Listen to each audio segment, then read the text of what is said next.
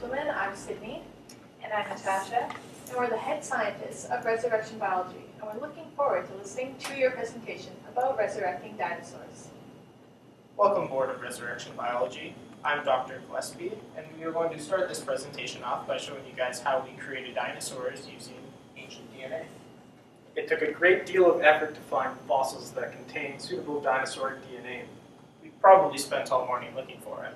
Using state-of-the-art technology, phenylchloroform techniques, we found trace amounts of double-strand DNA, shown here, and we used primers to amplify the DNA microloci satellite. These tasty shreds of DNA fragments are then stitched together using the DNA of dinosaurs' modern-day relative, the bird. And here's a quick video showing you guys the process.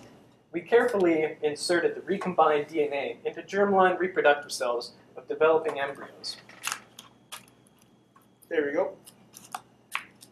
A little to the right. Perfect. So that they developed into chimeras. Now get along, you two.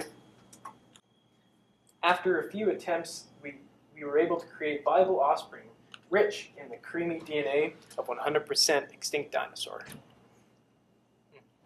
We've set up a conservatory on the largest secluded uninhabited island that is known to mankind. We call this island Dinoland.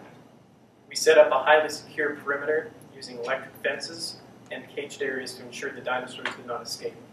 The climate was warm, humid, and provided lush vegetation that was a good food source for the dinosaurs. And what dinosaurs did you create? In our lab, we used gene sequencing to create Brachiosaurus, Stegosaurus, Triceratops, Ankylosaurus, among others. Well, technology has finally allowed us to create a hybrid dinosaur. So what we've done is we combined the DNA of a Tyrannosaurus rex and a raptor to create a Tyraptosaurus. This Tyraptosaurus is essentially the queen of all dinosaurs. We named it Tina.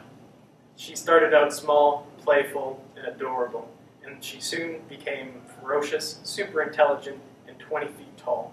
Unfortunately, the initial experiments with Tina got out of control. She began destroying everything in her path.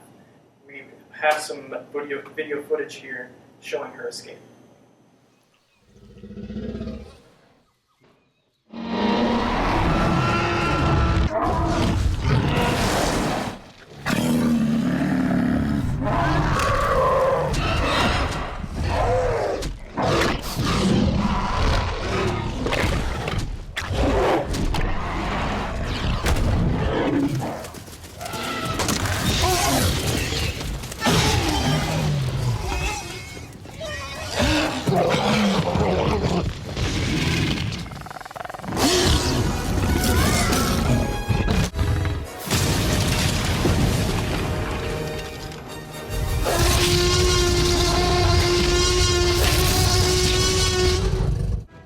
Came to the conclusion that the extinction of dinosaurs in this age and time did not plan for all the impacts and cascading effects that occurred.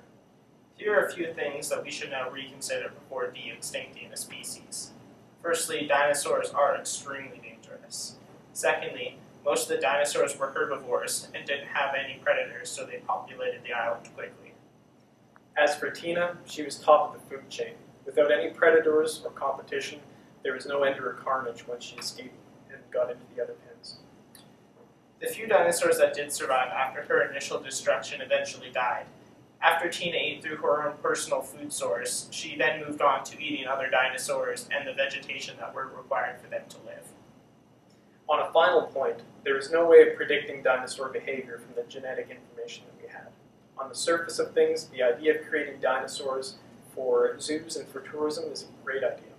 But there are precautions that should be considered before bringing back extinct animals. And what is the current status of Tina? She's currently on Dinoland.